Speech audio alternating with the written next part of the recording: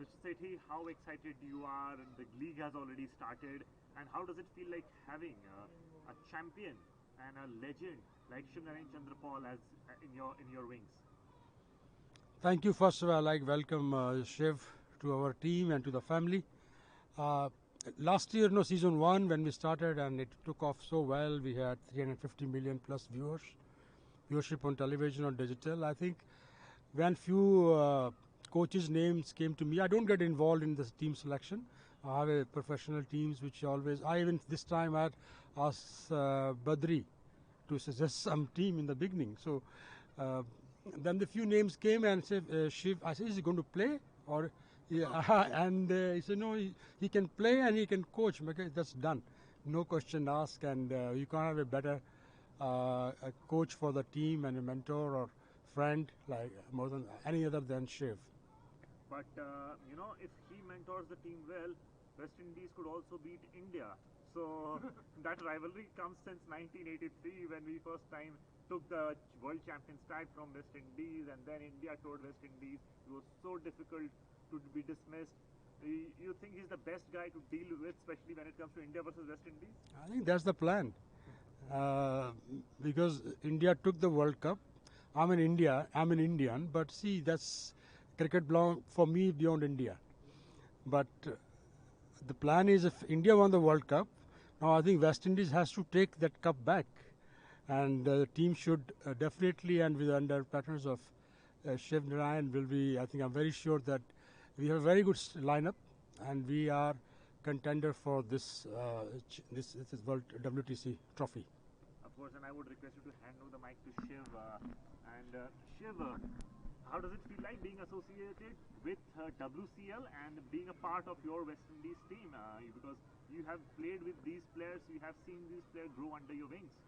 Well, first of all, before I get on to say anything about that, let me wish the boss happy birthday.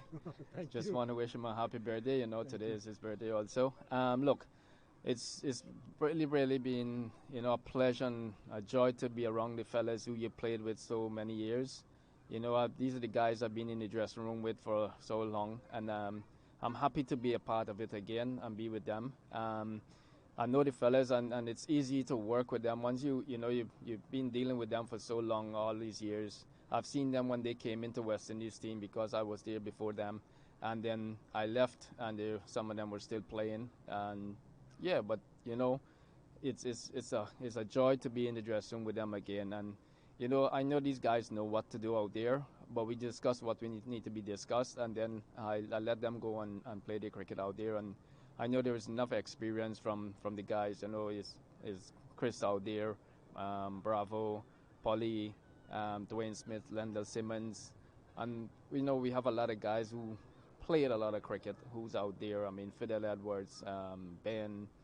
I could keep calling all the names, but the guys know who they are, and they played enough cricket, and they have enough experience to go out and get the job done. And especially talking about getting experience, getting the job done. Harbhajan Singh, someone who's got over 700, almost 700 test wickets, but even he struggled to get you out. So you would tell the boys the best way to deal someone like a legend like a Harbhajan Singh?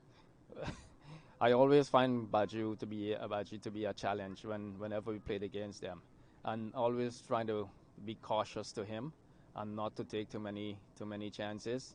Look, he rubbed my edge a few times. I got dropped a few times, and I'm thankful that I was able to survive and bat. But you're playing against an opposition, whoever it is, whatever you're doing, as a batter, you try to make runs. That's your job. Your job is to make runs.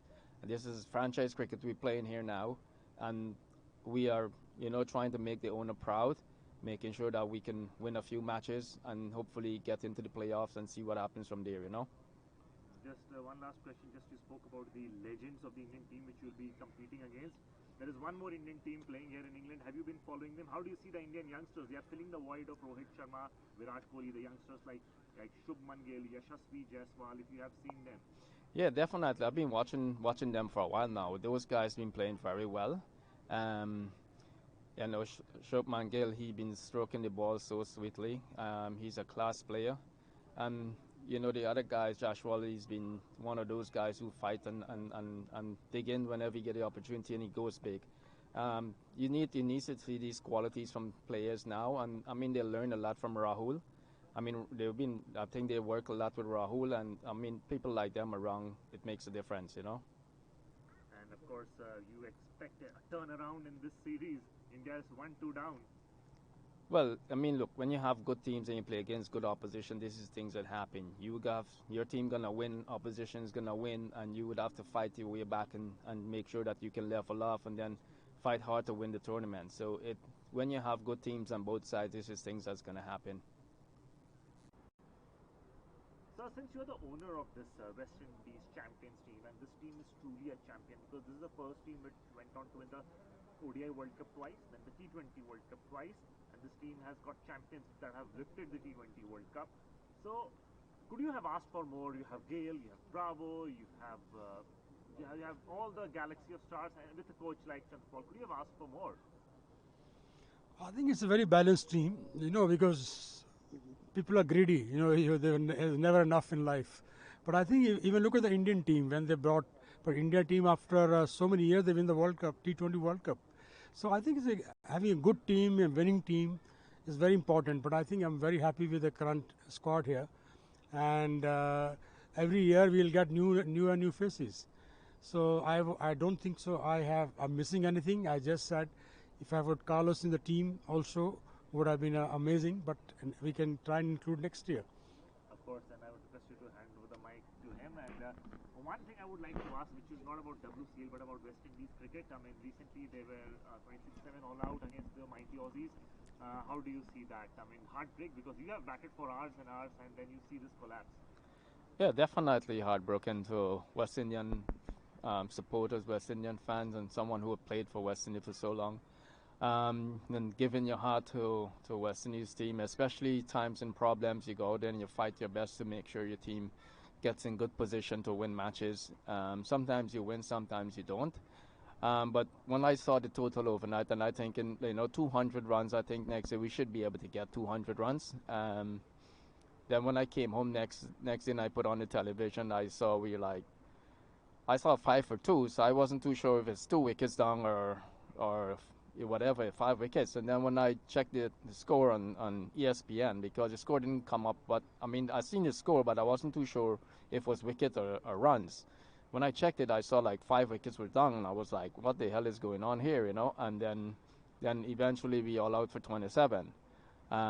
Yes, it's embarrassing to us. You're expecting your team to do better, even though Australia have a very good bowling attack. But you're still expecting 200 runs for your team to make it. So look, we still have good players, and the guys can still do better. But hopefully we can get it right soon.